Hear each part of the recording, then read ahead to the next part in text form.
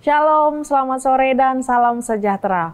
Bapak, Ibu, Saudara-saudari pemirsa TVRI yang terkasih dimanapun Anda berada, berjumpa kembali bersama saya Susan Ferdiani dalam program Cinta Kasih. Apa kabar Bapak Ibu? Saya yakin dan percaya kasih dan anugerah Tuhan melimpah dalam kehidupan kita semua. Terpujilah nama Tuhan, oleh karena kasih dan anugerahnya kita dapat berjumpa kembali, dan kali ini saya berada di GPSI Jemaat Tanjung Selor. Dan seperti biasa kita akan bersama-sama menikmati dan mendengarkan kebenaran firman Tuhan yang akan disampaikan oleh hambanya. Sudah hadir bersama saya Bapak Pendeta Toberian MTH. Shalom Bapak. Shalom juga Susan. Terima kasih berjumpa kembali dalam kesempatan ini. Iya, terima kasih sama-sama. Sangat baik sekali, luar biasa, dan tentunya sangat diberkati. Susan, apa kabarnya? Puji Tuhan, kabar luar biasa. Luar biasa ya, sehat ya? Sehat. Walaupun agak-agak batuk tapi tidak masalah. Silakan disapa pemirsa kita di rumah. Shalom Bapak Ibu jemaat Tuhan yang saya kasihi. Senang bisa berjumpa dengan Bapak Ibu di dalam program Cinta Kasih ini. Dan saya percaya bahwa dalam program ini Bapak Ibu akan diberkati dengan berkat rohani, yaitu firman Tuhan. Puji Tuhan, amin. Yang menjadi tema firman Tuhan hari ini apa Pak? Ya, hari ini saya akan bicara tentang iman bisa merubah waktu kerja Tuhan. Iman bisa merubah waktu kerja Tuhan. Wah, itu luar biasa ya. Nah, firman Tuhannya dari Yohanes pasal 2 ayat 9 sampai yang ke-11. Baik, Yohanes pasal yang kedua ayat 9 sampai ke-11. Sebelum kita membahasnya, saya akan membacakan kebenaran firman Tuhan ini buat kita Silakan. semua. Bapak Ibu Saudara yang terkasih, Yohanes pasal yang kedua ayat yang ke-9 sampai yang ke-11, demikian firman Tuhan. Setelah pemimpin pesta itu mengecap air yang telah menjadi anggur itu, dan ia tidak tahu dari mana datangnya, tetapi pelayan-pelayan yang mencedok air itu mengetahuinya.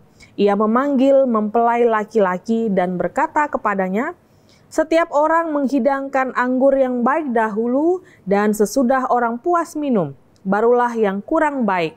Akan tetapi engkau menyimpan anggur yang baik sampai sekarang."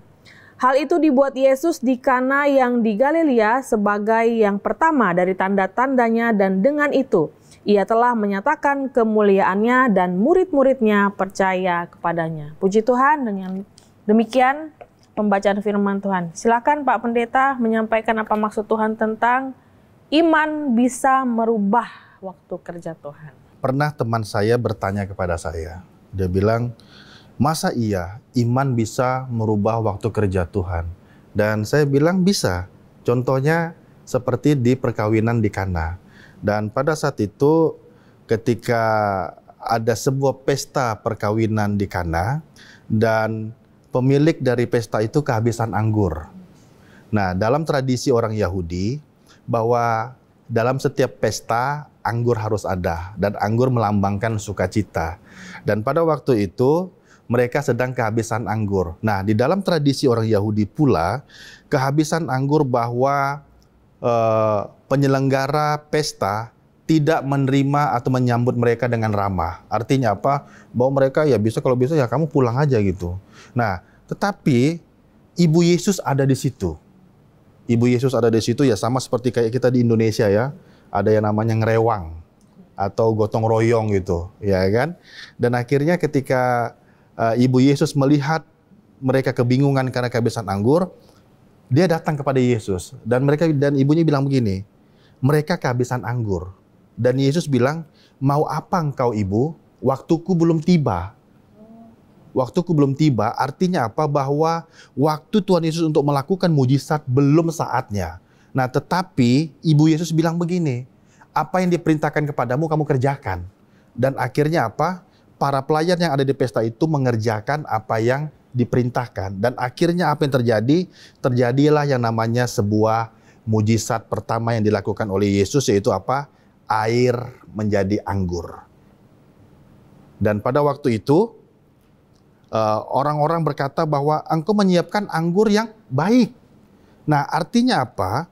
Bahwa ketika Tuhan hadir dalam kehidupan kita, percayalah, mujizat pasti terjadi dalam kehidupan kita. Amin, Susan? Amin. Ya. Dan pada waktu itu mereka juga sedang kebingungan. Bagaimana sih kalau orang bingung? semuanya buntu toh. Ya kan, bingung mau ngapain, semuanya jalan buntu. Tapi saya mau bilang pada saat ini, ketika kita berada dalam kebingungan, carilah Tuhan, maka Tuhan akan memberikan jalan keluar bagimu. Jadi seperti itu, Susan. Tuhan Yesus yang punya kuasa sebenarnya. Betul. Ya, ketika itu ada ibunya, kemudian dia meminta secara khusus pada Yesus. Padahal Tuhan sudah bilang, ini belum waktu saya. Belum waktunya. Tapi kok bisa ya Tuhan mau kemudian menyatakan mujizatnya lebih cepat. Dan memang ini dikenal sebagai mujizat yang pertama dilakukannya dalam kehidupan Tuhan di dunia. Itu apa yang sebenarnya terjadi di situ, Pak Pendeta? Kemudian Tuhan bilang, enggak apa-apalah, saya lakukan saja mujizat ini. Itu tadi, karena iman. Baik. Iman Ibu Yesus terhadap apa yang bisa Yesus lakukan. Nah, di dalam kehidupan kita di zaman sekarang ini pun, tentu kita ada memiliki kesamaan pada waktu itu. Mungkin kita kebingungan bagaimana caranya bumbu-bumbu di dapur bisa terisi. Mungkin kita pernah mengalami kebingungan, ya kan, bagaimana caranya bayar pengobatan orang tua. Mungkin kita pernah kebingungan bagaimana bisa melanjutkan pendidikan. Mungkin kita pernah bingung bagaimana bisa membayar cicilan rumah, mobil, motor, atau mungkin segalanya lah. Tapi pada saat ini saya mau bilang, ketika Tuhan ada dalam kehidupan kita, satu-satunya pertolongan yang ajaib hanyalah daripada Tuhan. Ada banyak orang yang bingung, stres. Kenapa sakitku tidak sembuh-sembuh? Kenapa saya sudah berdoa ke gereja tapi belum ada jawaban daripada Tuhan? Capek nunggunya itu. Capek nunggunya. Mungkin ada kesalahan. Yaitu apa? Kurang percaya, kurang fokus, atau mungkin banyak maunya. Ya kan? Nah, tapi pada saat ini saya mau bilang bahwa satu-satunya pertolongan yang ajaib hanya dapat di dalam Tuhan Yesus Kristus. Tidak ada yang lain.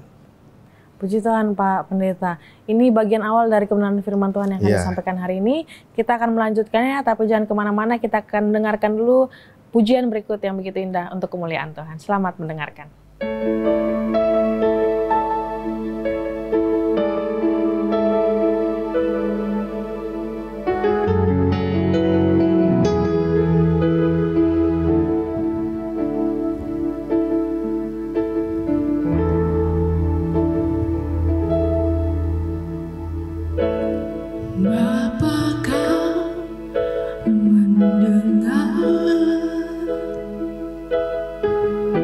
Seluruh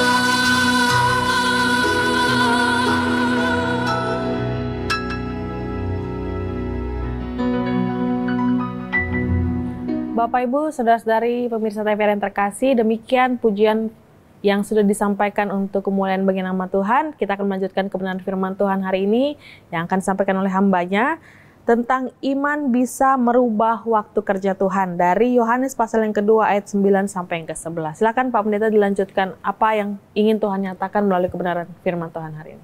Iman bisa merubah waktu kerja Tuhan. Karena iman kita bisa menerima janji Tuhan. Karena iman kita bisa mendapatkan mujizat yang daripada Tuhan. Karena iman kita bisa menerima keselamatan yang daripada Tuhan. Karena iman juga, maka kita bisa melakukan perkara-perkara yang besar, perkara-perkara yang ajaib dan luar biasa dalam kehidupan kita. Baik, itu banyak hal ternyata yang bisa kita terima ketika kita beriman. Ya. Nah, kemudian Pak, tadi disampaikan yang bisa merubah waktu kerja Tuhan. Sebenarnya kalau dibandingkan dengan kehidupan kita yang sekarang, hal sesederhana seperti apa sih yang bisa kita lakukan ketika kita meminta? Berarti kita menuntut Tuhan untuk melakukan lebih cepat ya, menjawab lebih cepat dari apa yang kita rindukan. Mungkin doa kita. Mungkin bilang Tuhan, ini belum waktunya. Sebenarnya bukan sekarang, tapi kita minta Tuhan sekarang aja bagaimana. Itu apa yang harus kita lakukan? Sebenarnya kita tidak menuntut Tuhan. Bukan menuntut ya? Kita bukan menuntut Tuhan. Makanya ada banyak orang yang bilang, kita klaim janji Tuhan. Sebenarnya yang mau diklaim ini apa? Nah, klaim ini kan nuntut kan? Kita nuntut janji Tuhan, bukan. Tapi yang sebetulnya adalah, sekalipun Tuhan belum menjawab doa kita, kita tetap berkata, aku tetap mengasihi dan mencintaimu Tuhan. Di dalam konteksnya yang kita baca pada saat ini, yang kita bahas pada saat ini, mereka hanya mempersiapkan saja. Ibu Yesus hanya bilang mereka kehabisan anggur. Dan Yesus bilang, mau apa engkau ibu, waktuku belum tiba. Ibu Yesus bilang sama kepada para pelayan, siapkanlah, persiapkan. Apa yang diperintahkan kepadamu, kerjakan. Tidak ada namanya Ibu Yesus menuntut. Artinya apa? Hanya bisa bermohon kepada Tuhan. Hanya bisa memberitahukan mereka kehabisan anggur. Demikian juga dengan kehidupan kita pada saat ini. Kita hanya bisa kasih tahu apa yang menjadi kerinduan kita, apa yang menjadi pergumulan kita. Bukan berarti kita menuntut, Tuhan cepat sembuhkan aku. Kalau enggak, aku enggak mau ke gereja. Ada banyak orang kan begitu. Ya kan? Tuhan, kalau kau berkati aku akan rajin beribadah. Itu sama aja dengan nyogok Tuhan kan. Nah, tapi dalam konteksnya tidak seperti itu, yaitu bahwa sekalipun Tuhan belum menjawab doa kita, atau mungkin sebelum seperti apapun yang menjadi pergumulan kita, kita tetap fokus kepada Tuhan. Sekalipun mungkin Susan pada saat ini ada pergumulan, sekalipun pergumulan Susan belum dijawab oleh Tuhan, tetaplah bilang, Tuhan, aku tetap mengasihi dan mencintaimu. Ketika kita berkata seperti itu, percayalah, Tuhan mendengarkan setiap seruan doa kita. Tuhan memperhitungkan setiap tetesan air mata kita. Tuhan mendengarkan setiap seruan jeritan doa kita. Oleh sebab itu, iman kitalah yang bisa merubah waktu kerja Tuhan. Bukan kita nuntut, tapi apa? Kita minta belas kasihan Tuhan. Mungkin kita sudah bilang, Tuhan aku sudah tidak sanggup lagi. Nah, kenapa ada banyak orang yang bunuh diri? Kenapa ada banyak orang yang lari ke narkoba, lari kepada pergaulan yang bebas? Karena apa? Karena mereka sudah tidak sanggup lagi. Sudah jalan buntu, sudah kebingungan. Oleh sebab itu kita perlu Tuhan dalam kehidupan kita. Kita perlu firman Tuhan di dalam kehidupan kita ini. Yang saat ini berada di rumah sedang menunggu, sedang menantikan mungkin jawaban doa yang mujizat yang bertahun-tahun lamanya. Kami yakin dan percaya saat ini juga Tuhan berbicara melalui kebenaran firman Tuhan ini. Silakan Pak Pendeta disampaikan kepada pemirsa di rumah, kemudian apa yang menjadi tujuan dari Tuhan menyatakan bahwa iman bisa merubah waktu kerja Tuhan sebagai penutup. Ya, dari pembahasan kita pada saat ini ada beberapa hal penting yang mau saya sampaikan. Yang pertama, jawaban Tuhan tidak pernah mengecewakan. ketika ibunya berkata, mereka kehabisan anggur, sekalipun Tuhan Yesus bilang, mau apa engkau ibu, waktuku belum tiba. Tapi Tuhan tidak pernah mengecewakan orang yang berharap kepadanya.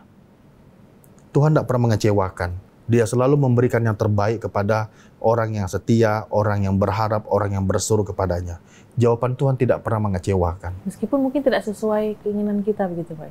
Ya, sama halnya dengan perempuan Syro-Fenisia yang percaya bahwa ketika dia datang kepada Tuhan Yesus untuk meminta pertolongan, dan perkataan Yesus cukup keras. Cukup keras. Tapi saya mau bilang bahwa yang daripada Tuhan, sekalipun perkataan atau didikan itu keras, itu bisa kita terima dengan sukacita. Tetapi yang di luar daripada Tuhan, sekalipun itu manis terdengar, tetapi itu bisa mengecewakan kita. Nah, pada saat ini saya mau bilang bahwa satu-satunya perkataan yang tidak pernah membuat kita kecewa adalah perkataan firman Tuhan. Dan yang kedua, ketika ada Tuhan di dalam kehidupan kita, dalam kehidupan Bapak Ibu pada saat ini, percayalah bahwa Tuhan sanggup mengubah hal yang biasa menjadi luar biasa. Bisa dibayangkan, kalau tidak ada Tuhan dalam sebuah pesta perkawinan di Kana, mereka kehabisan anggur, mereka kebingungan, maka akan menjadi kacau lah pesta itu. Tetapi karena ada Tuhan, sehingga apa? Tuhan mengubah air menjadi anggur. Artinya apa? Bahwa bersama dengan Tuhan yang biasa-biasa, Tuhan sanggup ubahkan menjadi luar biasa. Dan yang ketiga, saya mau bilang begini, bahwa ketika ada Tuhan dalam kehidupan kita, dalam kehidupan Bapak Ibu pada saat ini, Tuhan pasti jaga nama baik saudara. Tuhan pasti jaga nama baik Susan juga. Ketika ada persoalan, mungkin ada kebingungan, Tuhan aku mau bagaimana lagi? Tuhan aku sudah tidak tahu seperti apa lagi. Aku sudah malu. Tapi percayalah, kalau ada Tuhan dalam kehidupan kita, Tuhan akan jaga nama baik kita. Dia akan jaga nama baik saya dan saudara dan Susan juga. Termasuk kita semua pada saat ini. Dan yang keempat, kalau Tuhan sudah suruh, jangan tunda. Ya, kalau Tuhan sudah suruh, jangan ditunda. Jangan bilang nantilah. Ya kan? Tapi kalau sudah Tuhan suruh, kalau sudah Tuhan curahkan berkatnya, segera bergerak. Jangan ditunda. Artinya apa? Jangan malas. Jangan malas. Ada banyak orang mau berhasil tapi malas. Dan yang terakhir, ini yang paling penting. Jika Tuhan sudah berkati, jangan lupakan dia. Ada banyak orang, ketika dia sudah terima berkat Tuhan, dia dapatkan mujizat Tuhan, dia lupakan Tuhan. Pada waktu belum punya anak, menangis-nangis. Pada waktu belum dapat pekerjaan, nangis-nangis. Pada waktu belum dapat rumah, nangis-nangis. Tapi begitu dia sudah dapat semuanya, dia lupakan Tuhan. Banyak alasan lah, inilah, itulah. Oleh sebab itu pada saat ini saya mau bilang bahwa jangan lupakan Tuhan. Ketika sakitmu disembuhkan oleh Tuhan, jangan lupakan Tuhan. Ketika engkau sudah keluar dari ruangan ICU, jangan lupakan Tuhan juga. Ya kan? Ketika sudah dapat jodoh, jangan lupakan Tuhan. Ingatlah bahwa semuanya itu pemberian yang daripada Tuhan. Punya rumah, punya segalanya, jangan lupakan Tuhan. Baik, puji Tuhan Pak Pendeta. Jangan lupakan Tuhan karena itu hal yang terpenting yang harus kita pahami saat ini. Dan dengan demikian maka berakhirlah Cinta Kasih kali ini. Kita akan menutupnya dengan doa. Silakan Pak Pendeta. Ya, Bapak Ibu jemaat Tuhan yang saya kasihi pada saat ini, saya tidak tahu apa yang menjadi pergumulan Bapak Ibu pada saat ini. Tapi yang jelas melalui firman Tuhan, ini yang menjawab persoalan kita semua. Dan pada saat ini, engkau boleh taruh tanganmu di dada, engkau berdoa, engkau mengucap syukur kepada Tuhan. Kita berdoa. Bapa di dalam surga, pada saat ini, hamba berdoa di dalam nama Tuhan Yesus Kristus. Tuhanlah yang menjadi sumber kesaksian dalam kehidupan kami. Tuhan, pada saat ini, hamba berdoa di dalam nama Tuhan Yesus. Tuhan memberkati setiap umat-Mu ya Tuhan. yang khususnya yang menaruh tangan mereka di dadanya ya Bapa. Tuhan memberkati pergumulan mereka, mengampuni setiap kesalahan mereka. Dan biarlah ya Tuhan, melalui firman Tuhan yang kami perdengarkan pada saat ini, itu menembus sampai ke dalam hati mereka ya Tuhan. Pakailah kami dan berkatilah umat-Mu ya Tuhan.